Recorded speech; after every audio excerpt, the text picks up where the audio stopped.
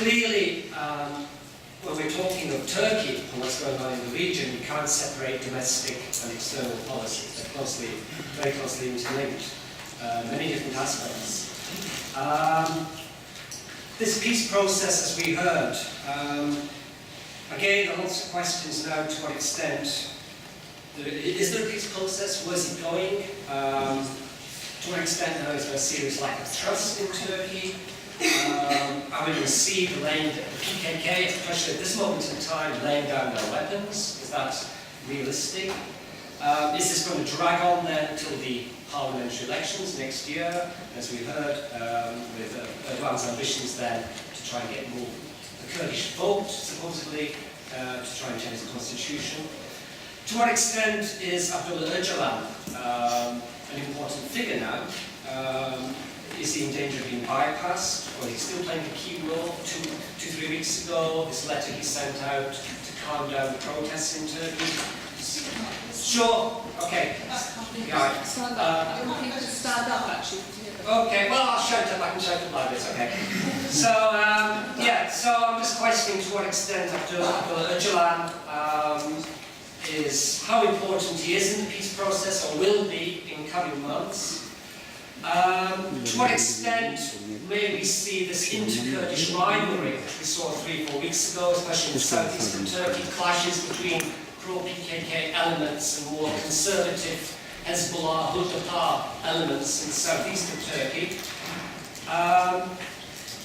And also,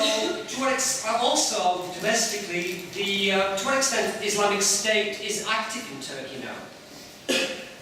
To what extent, how popular are they? We hear all these stories of recruitment within Turkey, recruitment offices, a lot of sympathy and support for the Islamic State in Turkey now. I think that is a serious issue that needs to be taken into account. Also, the role of the Alevis in Turkey. I mean, we can look at it at all different angles. When we're talking of why is Turkey, Erdogan fixated on the overthrow of Assad, then also maybe we can link this partly to this sort of Alawite, Alevi issue, the Alevi issue within Turkey and its connection with the CHP, Republican People's Party. And we've just heard, for instance, Prime Minister Davutoglu the other day accusing the Republican People's Party of being collaborators of Assad's cruelty. So there's sort of this domestic external linkage you can see in all these angles. And one could question what's the role of the Turkish military now? How do they perceive what's going on? How will they perceive the possible transit of armed Kurdish Peshmerga through Turkish territory? So there's that angle, and then I want to also look a little bit more about the regional context, and picking up again on one or two things that Bill said about Turkey being out of step with everybody else. Remember, this is a country which not long ago had ambitions to be a key regional power, a major global player on the world scene, zero problems with neighbours, trying to lead the Arab Spring, and that recent vote in the United Nations Assembly to get to be for a non-permanent member of the UN Security Council was really quite humiliating for Turkey, just getting 60 votes in the end and losing out to New Zealand and Spain. So you're probably aware of all this talk of precious loneliness, which Ibrahim Kalin has referred to, Erdogan's advisor.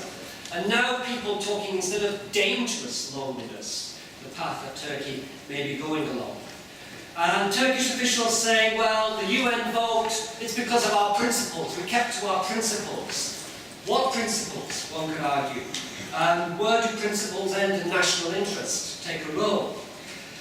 So yes, Turkey has no ambassadors in Egypt, Israel, Syria. Yes, President Erdogan was on the plane with reporters saying, yes, Turkey disagrees with the United States, with Russia, with Iran on Syria. Is there a danger then that Turkey may just be ignored by outside players? Is the United States now ignoring Turkey with the recent airdrops we saw on Kobani? Whatever Turkish officials have been saying about that. So to what extent is Turkey then just following a foreign policy linked with pro-Muslim Brotherhood type elements, Hamas, Qatar supporting it as well? supporting the dominant sort of Muslim Brotherhood faction within the Syrian National Coalition, part of this opposition group, trying to keep on good terms with the Kurdistan regional government, but at odds with or clashing with everybody else. As far as Turkey, the United States and NATO is concerned, you've probably heard references to some commentators saying Turkey should be kicked out of NATO. Okay, rather dramatic, but this is in line with earlier debates. If you followed a few years ago, there were lots of officials in the United States saying, who lost Turkey? How did we lose Turkey? So this has sort of come up in the past with Turkey closely supporting Iran, for instance, over trying to prevent sanctions against the Iranians over its nuclear program.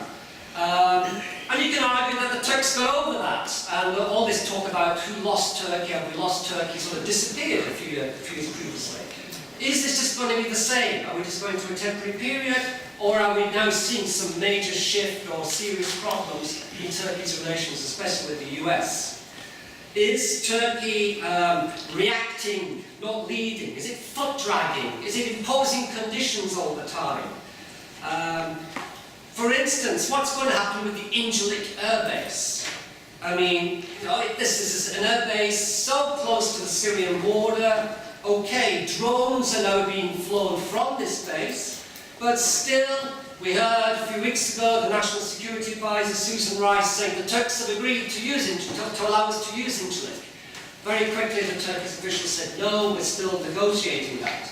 They're still going through the details, evidently. Or is it the Turks trying to impose conditions of having a no-fly zone, buffer territory in northern Syria before Incirlik can be used? Because obviously, without the use of Incirlik air base, it's very inconvenient, time-consuming, expensive to fly aircraft, refuel them from bases in the Persian Gulf or shipping in the Persian Gulf to fly in Syria. Other players, very briefly I should mention as well, Russia. As I said, Turkey's been upsetting Russia and Iran as well. Russia, the role of Russia should not be forgotten in all this. Russia has been a key ally of Assad. It's been a traditional supporter of Syria right through the communist period, arms supplier, diplomatic support, strategic importance, the use of the Tartus naval base in northern Syria, somewhat exaggerated. This is not a crucial naval base for the Russian Navy, but still symbolic token, a presence of the Russian Navy in the Mediterranean there, with the use of the Tartus base. And as a permanent member of the UN Security Council, Russia has obviously used veto power in support of Assad. Russia, one can argue, is here trying to make life difficult for the United States, bearing in mind what had happened in Libya, when Russia, abstaining, allowed the US, French, British, whatever, to get involved in Libya to help overthrow Gaddafi. Clearly, Russians are against regime change. They're against so-called coloured revolutions. They didn't want to see it in Ukraine. They don't want to see it in Syria. But also at the same time, Russia is very much concerned about ISIS itself. There are at least 500, maybe 800 ISIS supporters coming from the northern Caucasus, Russian republics in the northern Caucasus. And they've also got Russian concerns still with Taliban in Afghanistan.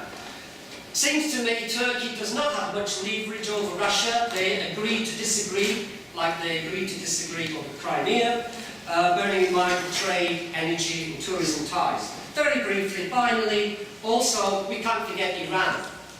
Iran is a key player in all this, another close supporter of Assad, Hezbollah in Lebanon, also very much concerned about ISIS, and has good relations, especially with the PUK, in Kurdistan, Iraq, Kurdistan.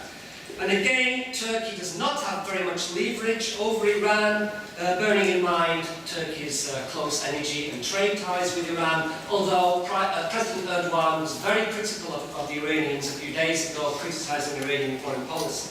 So I think you need, as well as looking at the domestic side that's going on in Turkey, also situate this within the wider regional context. Thank you very much.